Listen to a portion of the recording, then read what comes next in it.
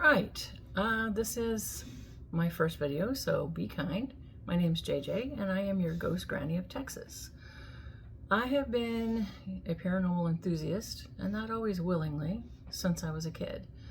Due to the many requests that I've gotten, they asked me to start this channel for you. I love to tell my ghost stories. These are all stories that I've curated over the years. They are true. You can choose to believe them or not. And I also am a paranormal investigator. I started a group when I moved to Texas in 2005 called Tex Park Paranormal. And we have been investigating for about the past 21 years. Before that, we were in Iowa for a long time, and most of my personal experiences actually happened up there. But we have many interesting stories, and we have a lot of theories, a lot of EVPs, a lot of things that if I had known then what I know now, perhaps I would have stayed in the house that actually kind of chased us out, and we sold it quickly and ran off after only 4 years of owning it. So my first story is one of history.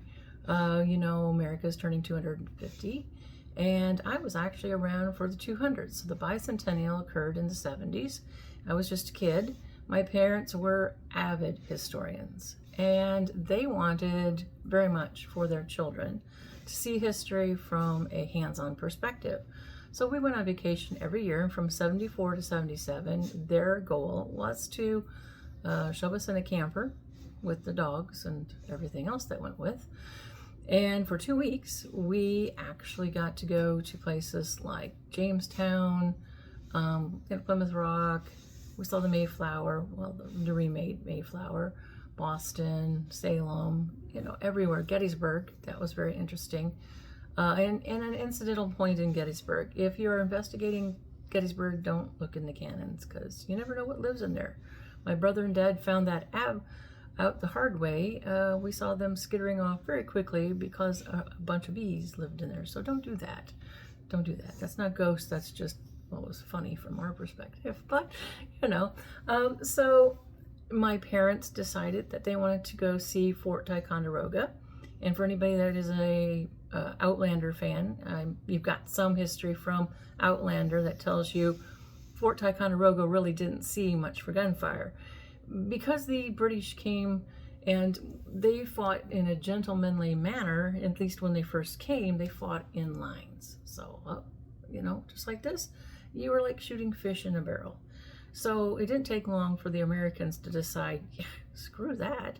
And they started fighting the way that they knew how to fight, which was basically guerrilla warfare. They hid behind the trees, in the bushes, under logs, and so their take on Brits is that they were kind of soft and fluffy, and they would never climb the mountains that were behind Ticonderoga because there, was very steep. How would they get their cannons up there? It was just impossible. So they faced the basic fort, the most concentrated part of the fort, to the front where the river was. They were sure that the Brits were going to come across the river. So anyway, long story short, they didn't. One day, Joe and James were at the top on the backside having their coffee because they didn't want to have tea. Of course, that would be the bad thing to do. And they saw a glint on the top of one of the bluffs behind the fort. And they thought, wow, what is that? So they took out their little spyglass. And guess what? The British figured out that they could, and they did, move their equipment to that area in the back. And when they saw that, when the Americans saw that, well, they had many of their ammunition and guns raided, and their troops hadn't made, some of the troops hadn't made it, so they just didn't have the reinforcements or the ammunition that they needed. And so basically they did what Monty Python liked to call a brave Sir Robin, and they ran away. So by the time the British got there, there was not many people left other than those who couldn't get in boats and a couple caretakers, that kind of thing. So that was the most peaceful takeover of the Revolutionary War that probably happened ever. So my parents decided they wanted to go see this fort. The fort had tour groups, and the tour guides were all dressed in period garb. And the militia were in the farmers type clothing, and the military in the blue coats. And then the little women were in dust ruffle cap hats, the white, I guess aprons, pinafores, over the top of their cotton dresses, long cotton dresses. And about halfway through the tour, they would stop and they did a skit. And what they would do is they'd nab the younger boys, like between 8 and 12, and they would induct them into the militia. So my brother, whoever almost never got razzed, he got nabbed. So I was having quite a fun time being the big sister, watching from the back, and my mom was next to me. My dad had skittered off. He was an avid photographer, and let me tell you, when the man actually took the lens cap off the lens, he was really good. Another story for another day. But anyway, so I was next to my mom on I guess, if you're facing this way, I was on her left. She was in the middle, and next to her was this little old lady who, my mom was 5'6", and by the time I was 12, I was pretty much her height already. And so I always thought she was short, but the lady next to her was even shorter. She was tiny. She was probably, I don't know, up to my mom's shoulder, so maybe 5 foot, maybe. And she was in her period garb, kind of a greenish, grayish blue, white pinafore and a little dust ruffle cap, and long silver hair, which was in a big bun on the back, and little wire glasses. And so anyway, of course, being, I don't know, I was probably 11, 12 at the time. What did kids have to do when you're in the middle of enjoying something? Yeah, I had to go. So I said, Mom, ask the lady next to you where the bathroom is. I have to go. She completely ignored me. Well, that was not unlike my mom. My mom could get, so she concentrated on something and she would ignore you.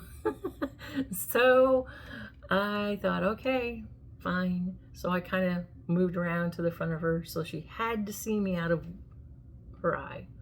And I said, Mom, ask the lady next to you. I gotta pee. And she hated it when I used that word, because young ladies didn't use those words back then. Didn't seem to faze her at all. She still ignored me completely. So by this time, I'm getting a little upset. So the whole time I'm looking at this lady hoping she'll rescue me and just tell me, and she does not. So, like, Mom, she ignored me. I looked over and that lady was gone. I mean, we were against a wall, so she couldn't go behind me. She did not go in front of us. And unless that little old lady, who was probably in her 70s, was a world-class sprinter, she did not go that direction either. So where did she go? She was nowhere, absolutely nowhere.